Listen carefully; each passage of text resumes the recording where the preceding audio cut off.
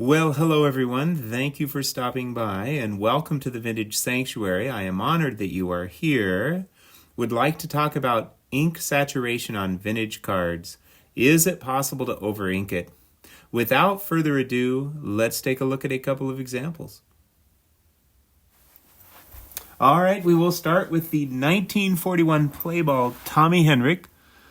I absolutely love this card. It's a PSA 3. And in my humble opinion, it is absolutely stunning vintage art. Notice, speaking of ink, a little bit of a black roller mark over his right shoulder there. And here's a look at the back. Now, let's compare that one to my upgrade that just came in the mail yesterday. And this card is so glorious. SGC 5. Wow, wow, wow.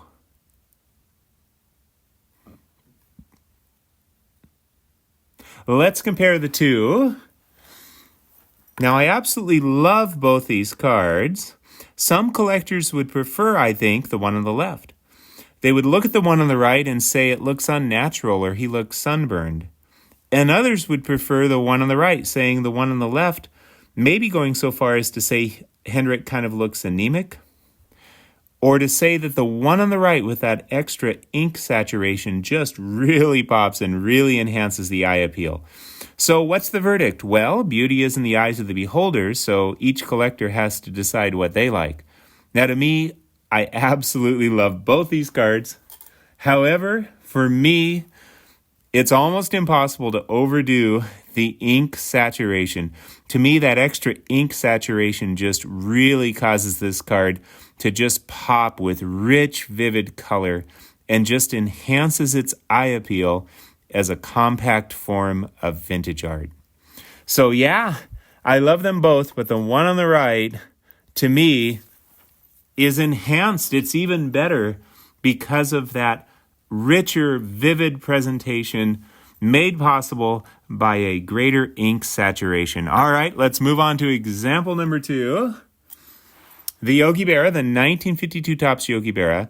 This card is absolutely stunning. By the way, the Yogi Berras, the series they were in, the glue that was used, somehow lots and lots of chipping on the corners, on the edges, but this one is pretty chip-free. It's an SGC 4. This is really, really nice centering for a 52 Topps Yogi Berra. In fact, this card got the PWCC A sticker, which I think it's well worthy of, to, basically point out that it has outstanding eye appeal for the grade. But of course, we don't need a sticker for that. We have our eyes, we can look. Just such a beautiful card. But let's compare it to Yogi number 2. Now, this is a PSA 2, and I believe it's a 2 because you've got just some little specks of paper loss on the front, and then some somewhat bigger specks on the back, most notably in the upper left. However, even with the little specks of paper loss, the ink saturation is just really strong for this card, and in my humble opinion, just really enhances the visual appeal. So I love both these cards. I have no intention of getting rid of either one. I intend to keep both. However, compare the caps. Notice the deep, rich blue of the cap on the right. Compare the complexion of Yogi's face left and right. Compare the tone of his jersey left and right. Again, would love to hear your comments below. For me, I love them both, but that extra ink saturation on the right just enhances the vintage appeal. Now, what about the Henriks? Well, the one on the left, the PSA 3, that one I am going to list on eBay because I'm looking to generate some funds to help pay for a pretty big purchase that I should be able to show off within the next couple of weeks, so I'm excited about that. Well, I hope you enjoyed this video. I generally try to, dare I say, incorporate a bit of humor, but I can totally understand how my humor can sometimes be inconvenient, dare I say. Oh man, I have an inkling that I should really just stop now before it gets worse. Anyway, before we go, oh no, all this time, no Christmas tree light? Well, better late than never. Better late than never. Sorry about that, guys. Before we go, check this stunning beauty out. I've shown it off before. Check this stunning beauty out. The 1952 Topps Warren Spahn.